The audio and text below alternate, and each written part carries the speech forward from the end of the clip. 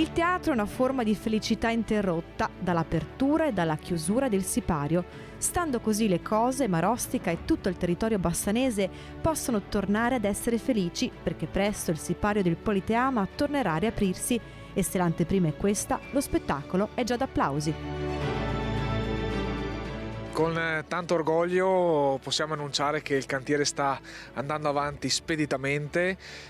Con il video di presentazione che abbiamo fatto oggi, di fatto riusciamo a far vedere ad ogni cittadino di Marostica com'è l'attuale stato di avanzamento dei lavori.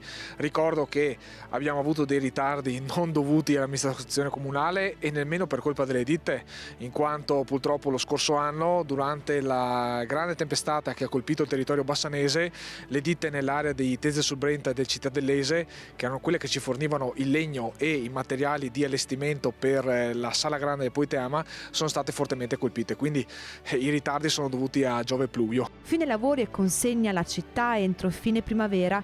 Il nuovo Politeama è strutturato con parterre e 2 piani, con una capienza complessiva di 400 posti.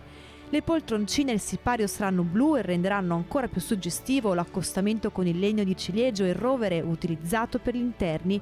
Già predisposte le linee per poter usufruire delle tecnologie più avanzate, così come è stata predisposta la totale accessibilità a tutti i piani. In questo momento con gli uffici comunali stiamo preparando, anche sulla base di quelle che sono molte realtà venete e anche fuori dal nostro Veneto, per una gestione oculata, in quanto bisognerà di fatto inserire in bilancio comunale le spese di questa nuova struttura che fino ad oggi non c'è mai stata, per cui dovremo calibrare il tutto.